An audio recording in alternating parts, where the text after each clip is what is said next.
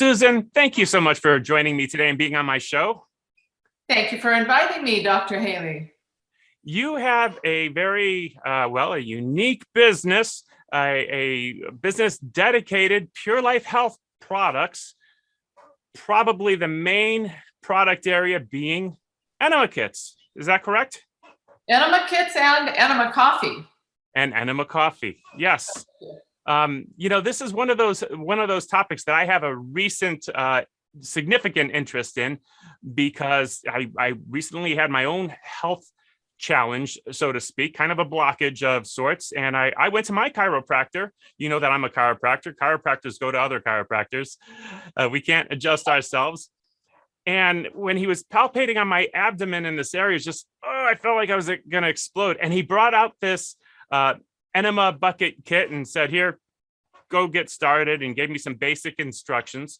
Oh. And within a few days, I got tremendous relief and saw some very significant benefit. And probably, each day as I did them progressively, not only was I getting a more thorough coffee enema, but probably also learning how to do it better and, have more of a full benefit, what really worked for me. So a tremendous help for me that's why I have you on this show. I want you know a lot about this. How did you get into this? Well, my first question though to you was, did you do a water or a coffee enema? Coffee enema. He said coffee enema. I knew very little bit about it. And I'm going to ask you some questions today about that because, I went home and I drink coffee in the morning. So, we use the morning brew and but we're going to get into some details and you can tell me about all the things I did wrong too. Okay. So your question was, how did I get into this? Yes. Okay. It's a great story. It's one I'm just so happy to tell others because many people, they're kind of waiting to hear from those people that have actually had a healing experience or where coffee enemas saved their lives or, and of course it's not just coffee enemas, it would be the combination of nutrition, good nutrition and detox. So actually my story was I purchased way back, maybe about 11 years ago, I had purchased a sofa and it was made of a lot of chemicals. They had it wrapped in plastic.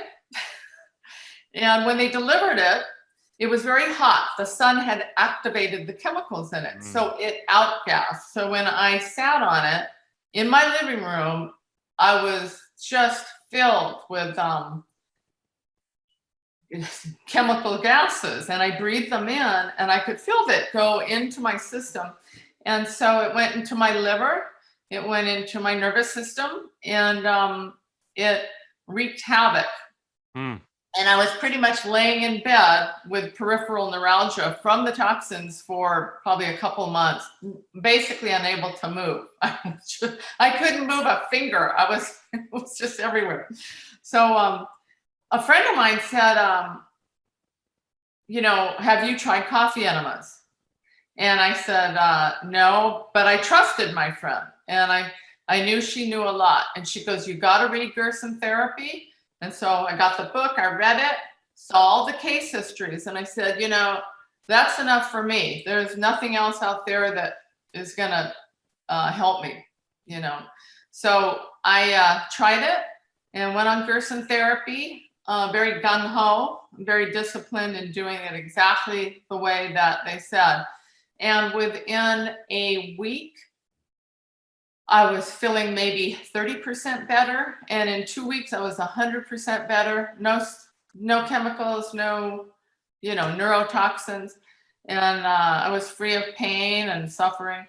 And that was after 2 weeks. Then I continued because I was so excited. And I went on for 4 weeks doing one coffee enema a day.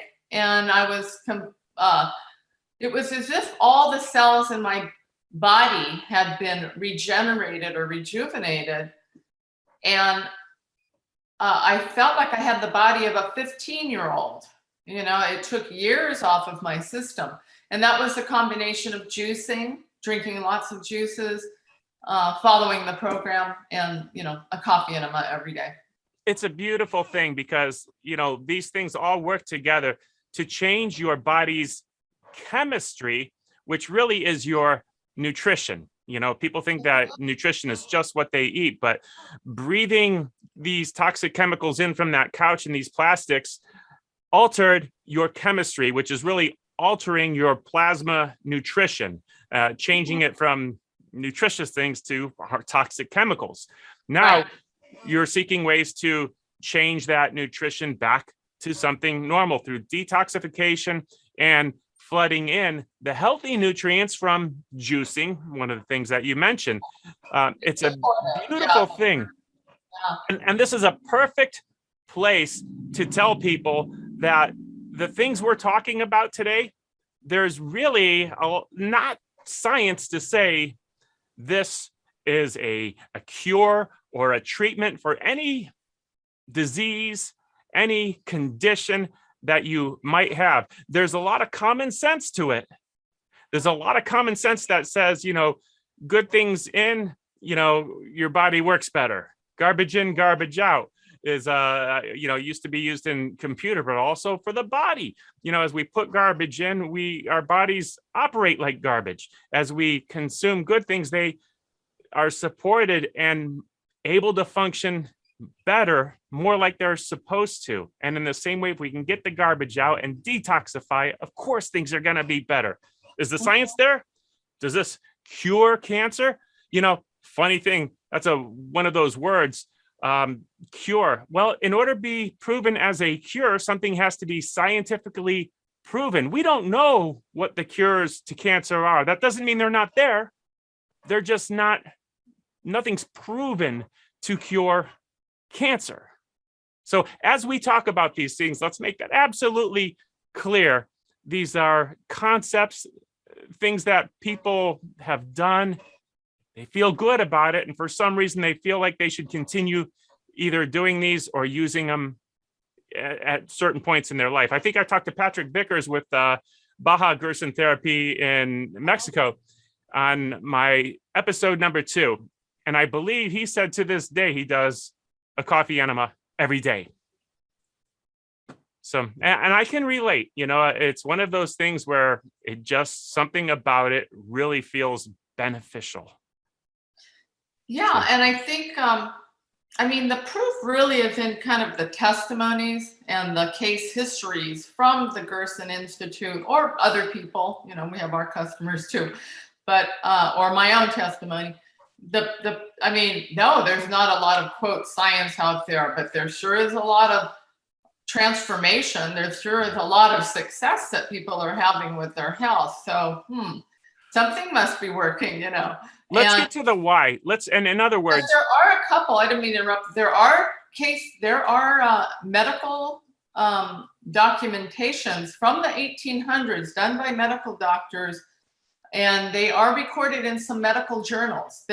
Now it's not, quote, maybe the science that they were writing about, but my patients got better when I did the coffee enemas. And they have done colonoscopies, I think they will, and where they can see what happens in the colon but there are a few medical journals that talk very positively about coffee enema results.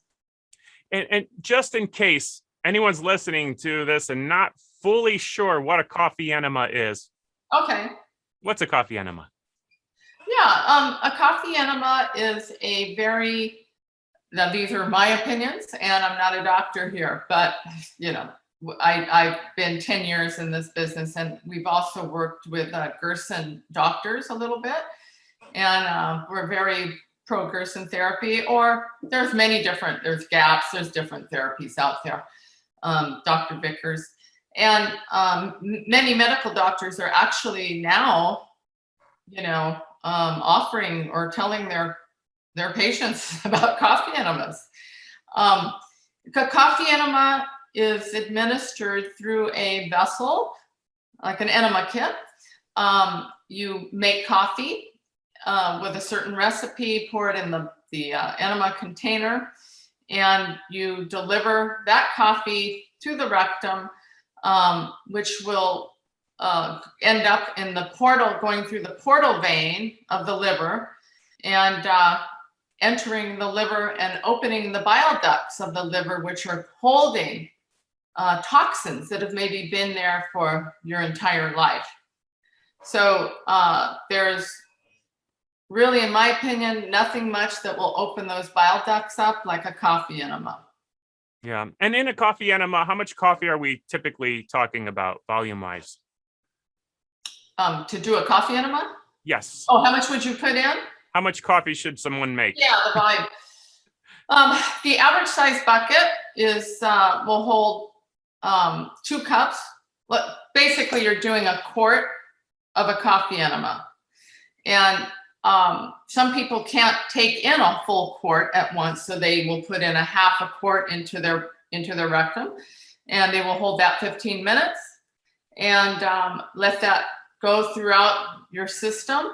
It also can clean your brain and your blood and lots of things in the process. And then after 15 minutes, you'll go to the toilet and expel the coffee enema, go to the bathroom and the toilet. Okay.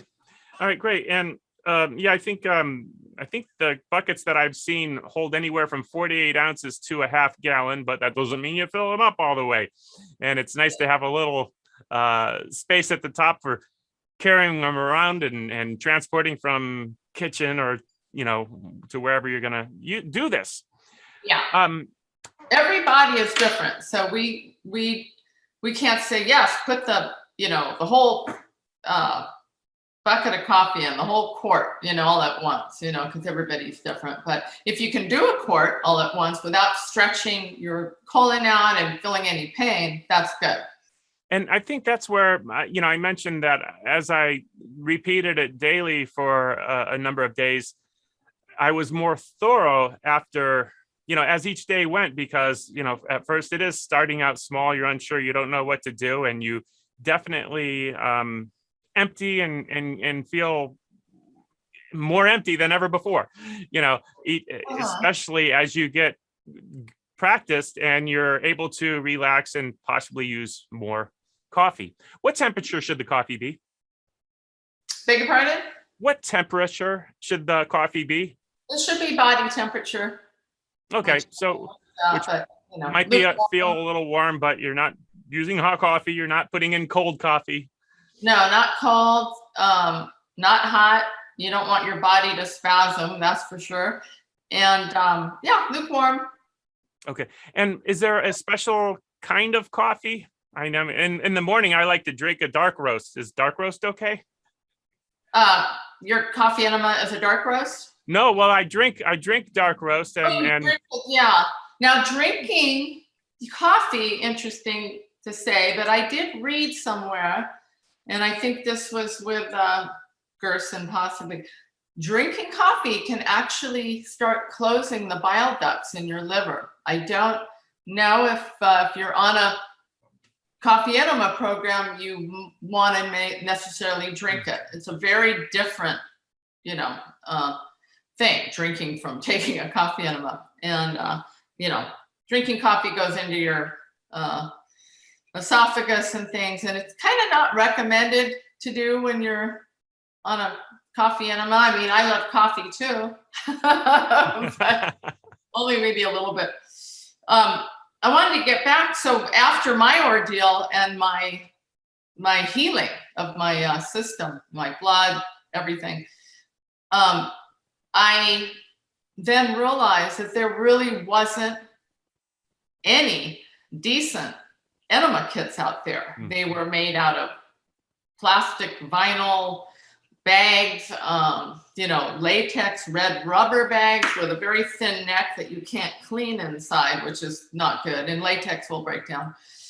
There were some buckets from China that were over here, but I thought, we need non-toxic enema products as well. We're detoxing. Let's make sure that the products we're using are not going to introduce more toxins into the body, because it could, So I did my research and then decided that USA stainless steel was the cleanest stainless steel to use for enema buckets. And ours is tested in a laboratory for any kind of contaminants. So we started developing USA-made stainless steel enema buckets, and then our enema coffee, we got together with the Gerson doctors back then when Charlotte Gerson was still alive. So we started formulating and finding out what would be the best coffee to be going into your liver, and making sure it was very, very clean coffee. That's important. And so that was the beginning of Pure Life Enema. Okay. And I do have some questions about that, the coffee. And when you said very clean, you're talking about how it's grown, I assume. Beg your pardon? I assume you're talking about how the coffee is grown. A lot of things go into providing clean coffee.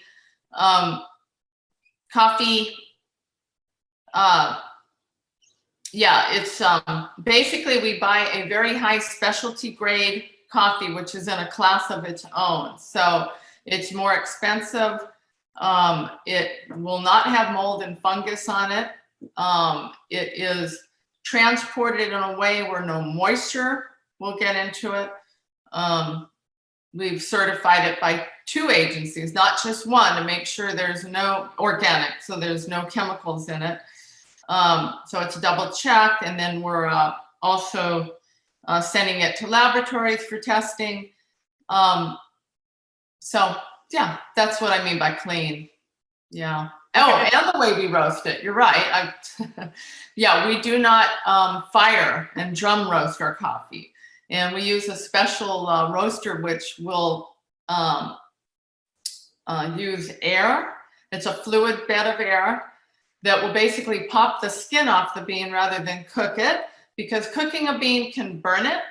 And when you have burnt beans, you can get possibly carcinogens in your beans that way. So we don't use that process, fire, we use air. So it sounds a lot different than what I would purchase at the grocery store. Yeah, going to the grocery store, you don't have people that are really concerned about toxins probably so much, or anything else for that matter. They think, oh, for taste, we're gonna, make it good tasting. They might make pretty bags and it's maybe certified organic by one agency, but this is for cleaning the liver, and it's really, they wouldn't take the care that we would in buying a specialty grade bean, which is monitored through the whole transportation route from the grower all the way to the consumer. Now, have you found that, when trying to find the best coffee to use for the enema early on, was a light roast, medium roast, dark roast? Yeah, that's a good one. Yeah. Well, Pure Life now, what we always have, we've made 3 potency levels in 3 different coffees. The lighter the roast, the stronger and more powerful the detox will be. So our lightest, most powerful is our ultralight gold roast. It's a gold color, almost not quite as gold as this, but close. It's, it's golden. And that's not for everybody. Some people, they don't need that much detoxing power, or their bodies are maybe a little frail and weak and shouldn't use it, because it can, all enema coffees or coffee enemas can disturb the minerals and electrolytes a little bit. The stronger the coffee, the more the minerals might be imbalanced. So you have to take more minerals, maybe do a little more juicing to get your nutrients. So that's the strongest. Then we have our light roast, which is next. And then our medium roast, which we always recommend for beginners. It's a, the brown colored coffee. And we recommend that most. That is what Charlotte Gerson and the Gerson doctors recommended for their patients. But they also included light roast. Charlotte is gone now. She passed away. And now the people at Gerson are also saying ultralight gold is all right for people that are in good enough shape to use it. I'll use it once in a while if I've got something in my system that I feel I need a powerful detox, I can use it. You got my curiosity. I can't wait to get the light and the ultralight and try them in that order. You can mix them together if you want to. Oh, yeah. And then how strong should it be when you make it? Use about the same amount of coffee as if you were making it to drink? Are you making it the same way? Yes. Yeah. Well, the way we would make it for an enema is in a pot on the stove. Yes, non-aluminum pot. Yeah. Okay. Do you want the recipe or? Well, what I'm wondering, yes. In fact, if we can put it in a document, and what I'll do is I'll attach a link to it so that people can actually download a recipe. Sure. Great. Yeah. All right. I love it. Yeah, it's the way it's been made for a long, long time. Yeah, I was just wondering if we're using about the same amount of coffee as we would if we were making it to drink, or is it more of a light brew? I mean, not light. No, it's cooked differently to get all the caffeine and the palmitic acid out of the bean or the ground roast, because we offer both coffee beans.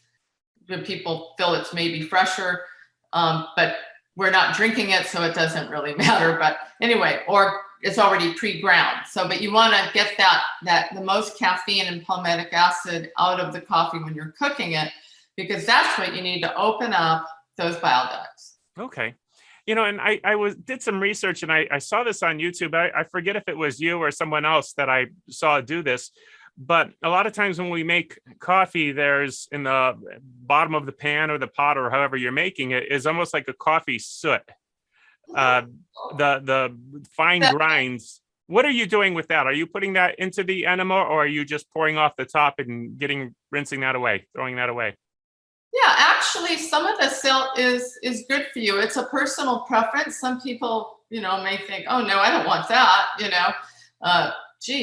But actually, a little bit of the very fine sediment is okay if you get that in your enema, coffee enema, and into your body.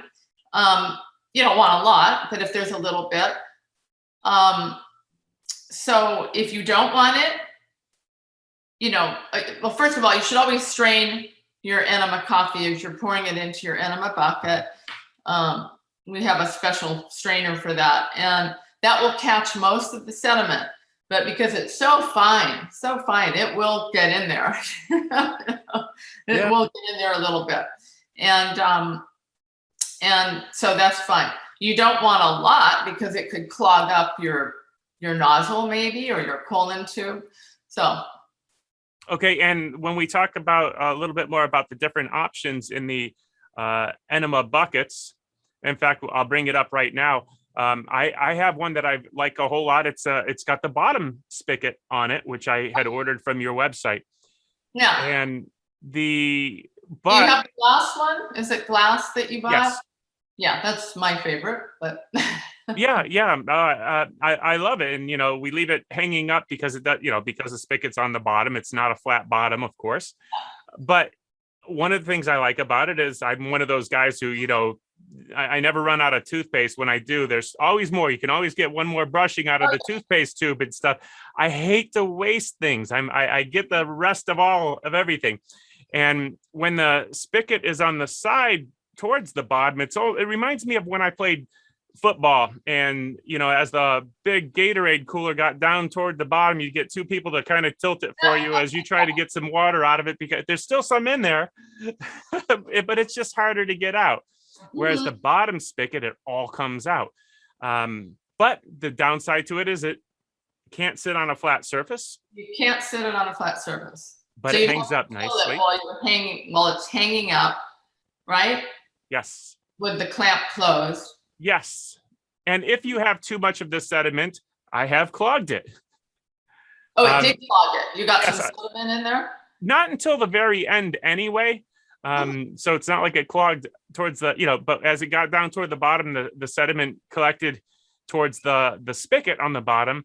That is when it clogged. So I realized, okay, And I did that probably shortly after seeing the video where whoever it was said, yeah, no, it's okay to put that in there. And that was the first time that now I realize, okay, so maybe a little of the sediment is okay. And it probably would not have clogged if I didn't put all of the sediment in.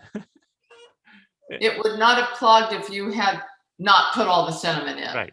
Oh, right. Yeah. And we, use a strainer. I mean, that straining the coffee is important. You don't, that will catch just about all of it. So it shouldn't clog with a strainer when you're straining it. And I noticed on your website, you have a lot of options from the, stainless steel and the glass with the spigot on the side, the glass with the spigot on the bottom. I don't recall if there was a bottom spigot stainless steel. What was the question? I don't recall if there was a stainless steel with the spigot on the bottom. No, we don't have that. But not that I would necessarily want that. Stainless steel is nice because it's clean. My first one, the one that was given to me by the chiropractor, was a plastic bucket. The benefits of the plastic was you could see through it like the glass. You can see it and know how much coffee there is left, whereas the stainless steel, you can't see through it. It's not a big deal because you're not trying to take in coffee by what you see left in it. It's not a competition. Well, you have to listen to your body too. I mean, even though you can't see the solution, as you're allowing it to flow in, allowing the solution to flow in, for me, if I start feeling a little full, I'll put the clamp on and stop and wait till things settle down. I'll open it up and I'll put in as much. I'll put in as much as my body feels comfortable with, or as I can without discomfort. And I know that in the beginning, if I filled my bucket, or maybe I could fill it halfway, a 2-quart bucket, fill it up just halfway, do that, and then refill, the rest of it, which would be the other half of a quart. And that's one way to do it, so that you know what's going into your body. Mm-hmm. Yeah, and the one that I had ordered from your website, I don't know, a month or so ago, it was the glass. It was the 2-quart, which is larger. Not that you have to do 2 quarts, but it gives you options. And and plastic's okay. I mean, to start, we don't advocate plastic. Plastic is plastic. No matter what kind of plastic, there's different grades, but it's still a plastic. It still can degrade, and it breaks down, and so it's not something you'd want to use. You'd want to replace it after so many uses.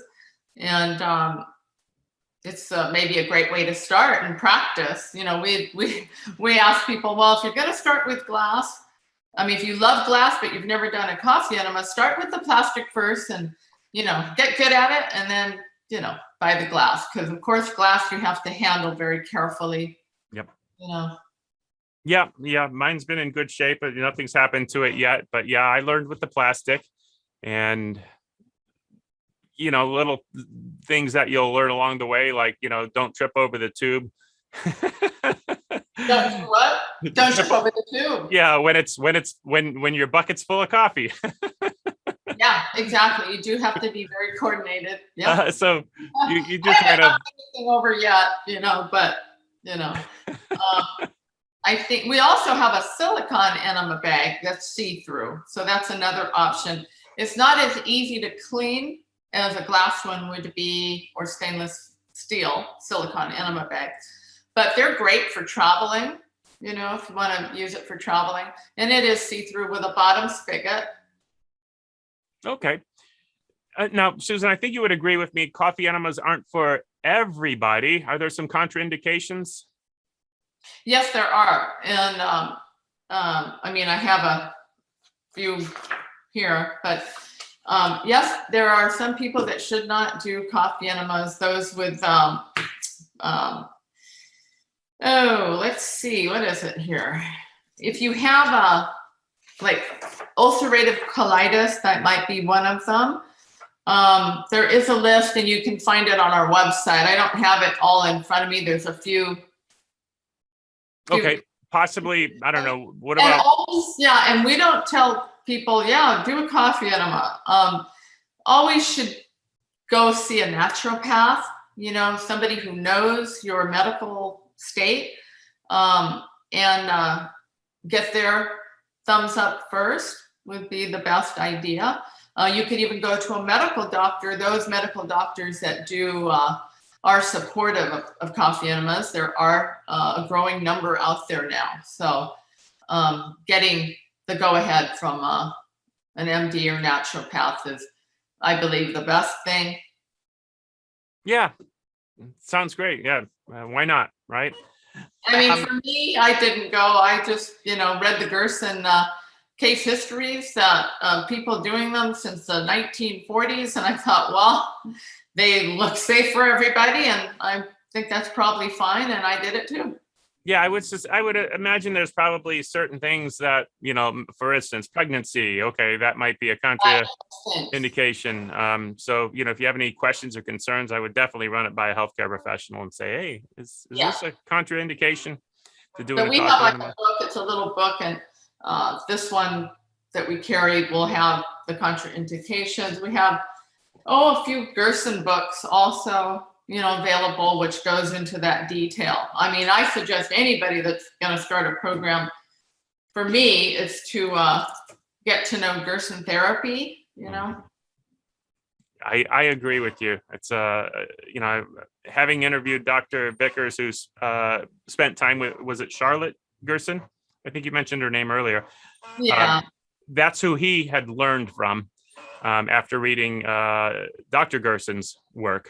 And, what he shared with me, absolutely loved it. So it makes sense. And I know that I know that Dr. Gerson got amazing results. And now we're seeing people like Dr. Vickers who are continuing his work, getting similar great results. Yeah, it's a beautiful way and a natural way to get well. Our little motto is, isn't it time to get back to nature, and find those things that are natural and in nature, that are healing, that, Right.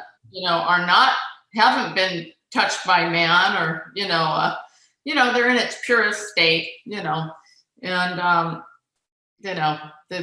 just amazed all the time at how connected we are with nature and our bodies. And like you said, our chemistry, and, whether it's eating a piece of ginger, if you're feeling nauseous, and, oh, wow, that works, or a coffee enema to get rid of your headache, and there's a lot of things, that coffee enemas do. I mean, even recently a customer had neck pain. She couldn't move her neck for 2 or 3 weeks. And she did go to chiropractors, which helped, but she still had it. And she got a diagnosis of osteoarthritis, and, and it started radiating down to her shoulders, and she was in a lot of pain. And it turned out when she cut all the toxins out of her diet, all the chemicals, and did a coffee enema and started taking care of herself properly, her neck pain all went away, and she could move and turn her neck, and it was chemically related. They get into they can get into your joints, into your muscles, to your brain, everywhere, causing pain. And people are like, gee, I wonder what's causing it.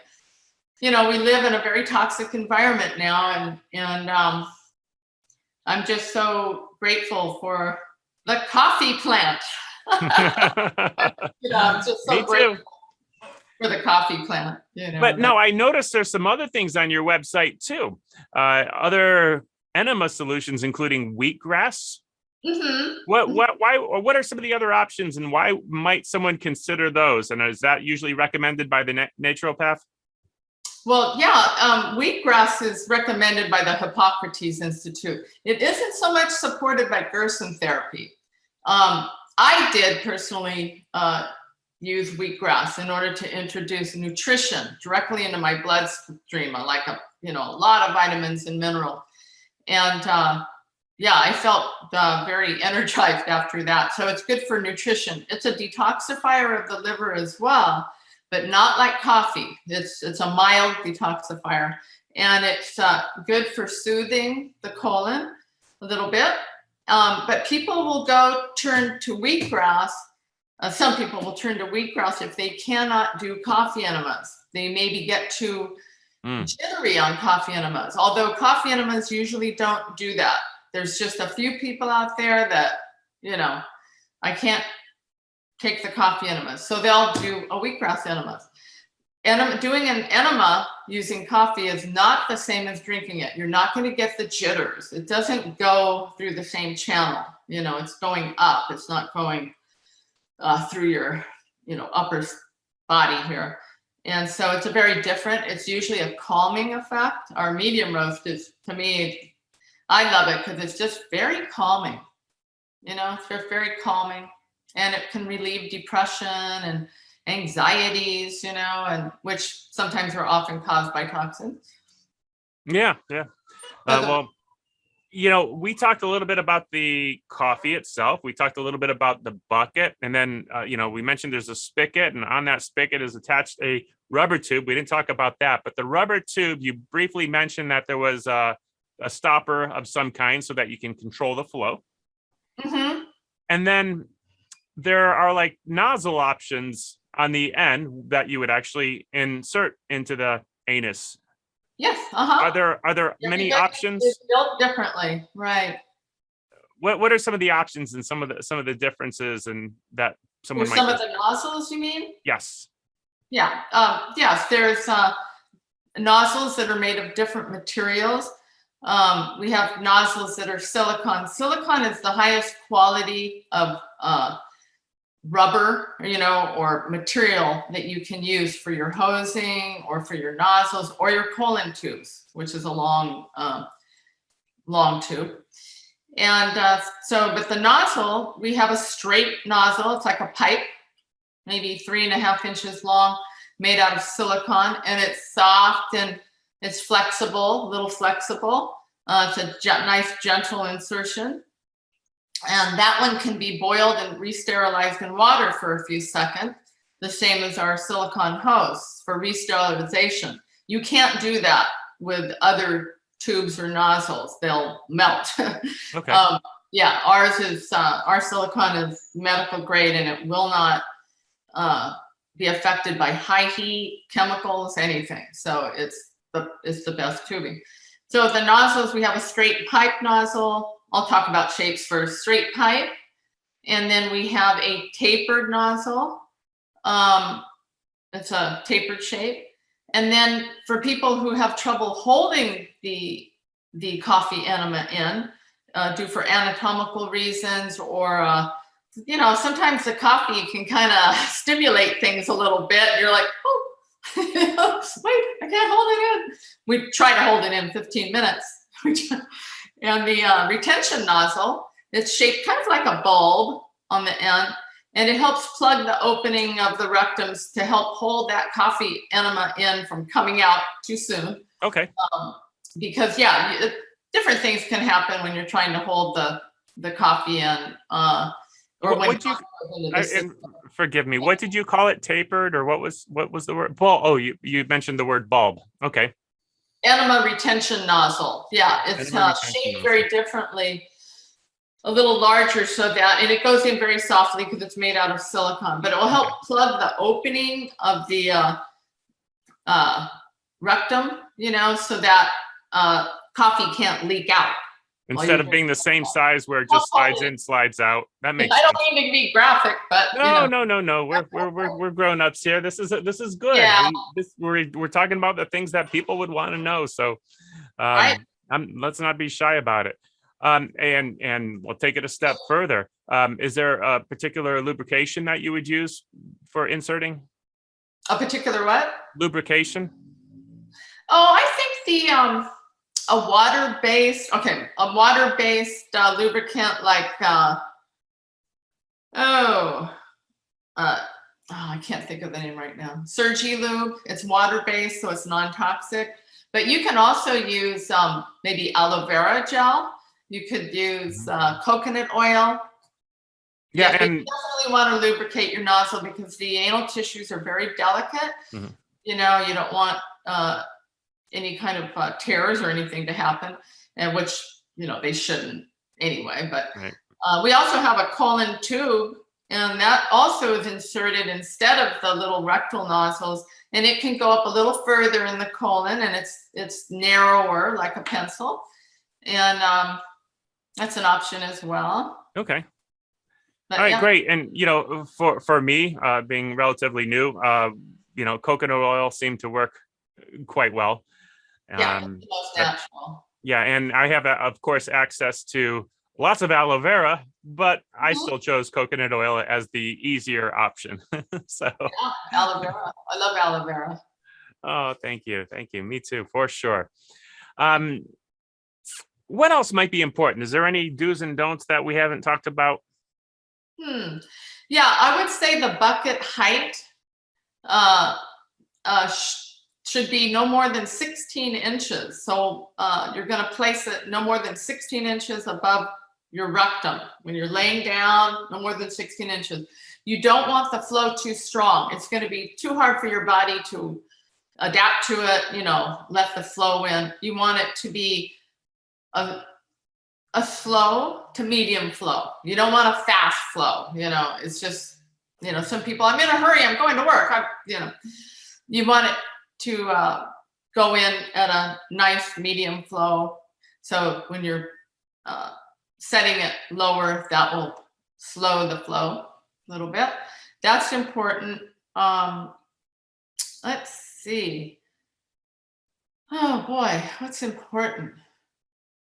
I think we covered a lot. Make sure that you juice. You can't exclude nutrition when detoxing, or you'll end up wiping your system out. It'd be better off you don't even do coffee enemas if you're not going to be drinking fresh organic squeezed juices. Hopefully, if you can't get organic, okay, get conventional grown, but you need 3 8-ounce glasses for every coffee enema that you do, and also a good diet full of nutrition. So otherwise you might get tired if you're not doing it. You'll just maybe in a week, I feel tired from doing coffee enema, and you're not supposed to feel tired. You're supposed to have more energy. How will you feel after a coffee enema? Usually great, unless you have a lot of toxins, a lot of medicines.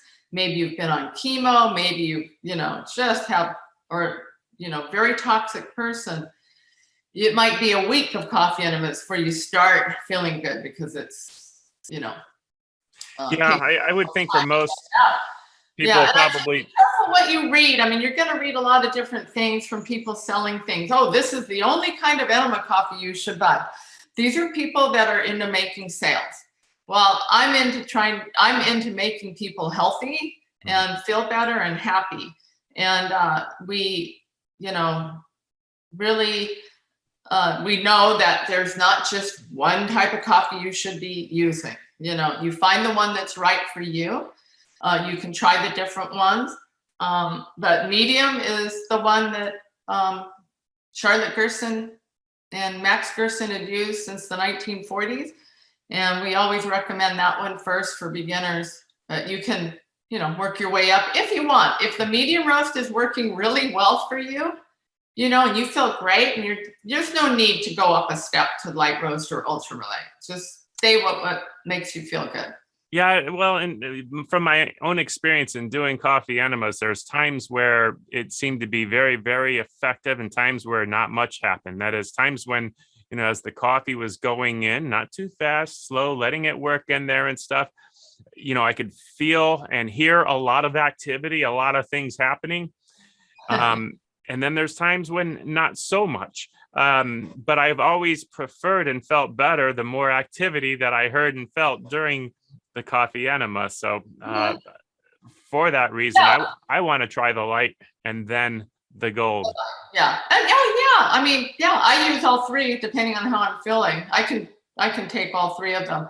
But sometimes if I feel my nutrition hasn't been so great, I won't do the ultralight because I need something milder. But you bring up an interesting point. One thing is people think that coffee enemas are for cleaning out the colon of all that poop and constipation relief. No, it will do that, but it's not supposed to be used for just that. You know, it's really, you use it when you know that your liver, you know, is toxic, or your gallbladder and your blood, and you know, you've got toxins in your system. It's really for that. If all you want to do is relieve constipation, do a water enema, you know, which brings me to the point of before doing a coffee enema, many people will do a water enema first to clear out whatever's in that lower colon. Then they'll do the coffee enema because it's clear, you know, it's cleared out. So the coffee will, have a better chance of reaching it. Will reach its destination easier. And, like you said, you like to hear things being activated in there, you know.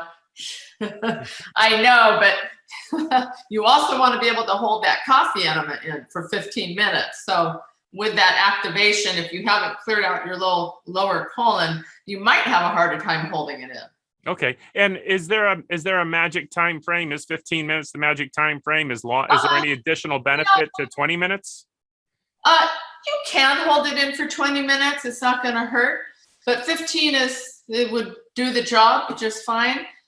If you can only hold it for 10 minutes, then that's all you can hold it for, and it's better than not doing it. Yeah. Well, I'll be a little transparent here, without you drawing too much of a mental image. Got this nice big tub. I get comfortable. I've got my cell phone there. I start working, and a lot of time can go by. And a lot of times what? A lot of time can go by, and you start answering emails and taking phone calls, and before you realize it's like, whoa, I've been here for a half hour. Did I do something wrong? It's happened. You're on the cell phone while you're doing the coffee enema? Oh yeah. I've got to multitask. Okay. Oh, but what was your question then? It was, can you overdo it time wise? Oh, you're saying you might go over the time because you got busy doing. I have found myself, and check the time. I have a little timer going by, and 15 minutes is kind of my, what I'm looking for. I hung up the phone and looked, and it was, just crossing over the 30-minute mark. I said, oh my goodness. Oh, really? Yes. Oh, well, I wouldn't. Again, I'm not a doctor. I don't know what I would say. I don't know what to say about that. I haven't really had that question. I've had like maybe going 20 minutes, but 30 minutes, I don't think it's going to hurt anything. But I felt great. I'm not sure, so I'm not going to really answer that. Nothing's going to hurt, but yeah. I felt great. So, but. Oh, it felt better. I felt great whether it was 15, 20, or 30, but. Yeah, it could very well be. I'd have to study up on that question. Well, yeah, or I don't know if there is anything to study. It might be just one of those, try it and see, right? How many? You found something that worked for you. Who knows? You often have to go by how you feel, Mm-hmm. This worked. Yeah, I didn't feel like I did anything wrong, but I also don't know, okay, well, at that point, are you absorbing too much caffeine, or I don't know. I felt great. I wasn't jittery or anything. And, we talked about that earlier. You absorb some of it, but not like when you drink it. So, Well, Susan, where is your website? What's the name of it? Yeah, the website's name is Pure Life Enema. So that's spelled Pure, Pure Life, Life, Enema at Pure Life Enema. Okay, and I am going to have a link to it, whether if you're watching this on video, it'll be below. If you're listening on iTunes, there will be a link there to the website. If you're on my blog listening to it, there will be a link to your website. Yeah, we're really trying to reach out to people, and I really appreciate that you reached out to us so that we can reach out better to others. We have a few videos made, but I think that this video that you've done is great. I mean, I think it's very informative for people so they can make the right decision for their personal needs. These days I feel everybody should have a coffee enema kit in their medicine cabinet, just like they would a bottle of aspirin. That's, Yeah. Yeah, I agree. And when the chiropractor brought me a kit and said, "Here, take this home and use it today," um, All right. that changed my life. That was one of those wow, tremendous help. And whether it was unblocking me or detoxifying my liver, maybe both. I don't know, but I know I needed it. Getting It things tremendously working helped. again. If you don't have that toxic load, things start functioning and they can start working. Your body's a great machine, and you give it the right stuff, and it will start functioning real great. I remember one lady, one of my very first customers, and she would come to get coffee, and she showed up with a lot of acne on her face. I mean, she was maybe in her 30s, and but she started doing the coffee enemas, and I hadn't seen her for a year, and she came to pick up some coffee, and I actually didn't even recognize her. Her face was so clear and her skin so beautiful.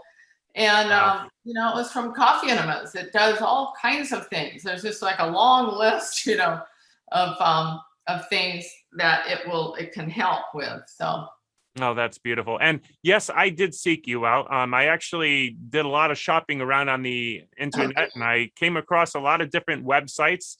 And some you could tell were more there for the business aspect of it. Yours yeah, was clearly there for the helping people aspect. And we answer our phones. We want to talk to people and help them. Right. and I love the fact that you had coffee as well, your own branded coffee, which told me, okay, these people are truly all in, and this is well thought out. And I could just tell that you had an experience that brought you to this business, which you had told me about Yeah. earlier. So Well, we were one of the very first pioneers. We were the first company in America to make American-made enema product, but also the coffee. We were one of the pioneers. There was one or two others out there, or one other in this country, and we wanted to be like America's favorite coffee enema shop, But we wanted to provide information, and we have a good reputation. We sell our coffee to medical doctors, naturopaths, chiropractors, and we haven't had a complaint yet. So yeah, well, that's a beautiful thing. I can't wait to go coffee shopping. I didn't know there was such a big difference. So I thank you for that you have explanation. to try our coffee. You haven't tried our coffee yet? Well, oddly, I have, but it was the medium roast, not the other roast. And Okay. oh boy, do I even tell you this? Okay. Different levels of Someone had ordered it for my business. A huge difference, No, someone had ordered it from you for our business years ago, and it was in the freezer, possibly 3 or 4, maybe even more years. Oh, that's a long time. But I thought, well, it's in the freezer. I'm going to practically boil it to death, so should be okay. Didn't have any problems. But Okay, I'm sure it wasn't, the same as fresh ordered just in. So yeah, yes, it is. Yeah. It will stay good for up to a year. Sure, it's maybe good after that, but we just tell people toss it after after a year. I was desperate. And let's see, there was one other thing I was going to say. I think, we use a very high specialty grade bean, and in the business, it's in a class of itself, known for its purity without mold, fungus, and other chemicals.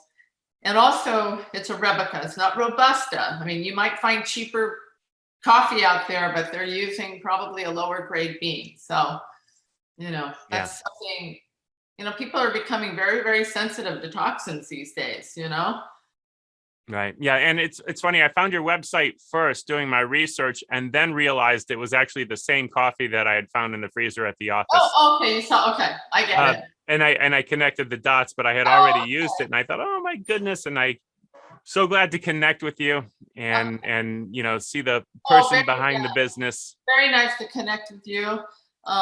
You're doing such good work for people, and helping bring a lot of happiness to people. So. Thank you, and I know you're doing the same. Yeah, thank you. All right, Susan, thank you so much for joining me today. Thank you, Michael. Okay, talk to you later.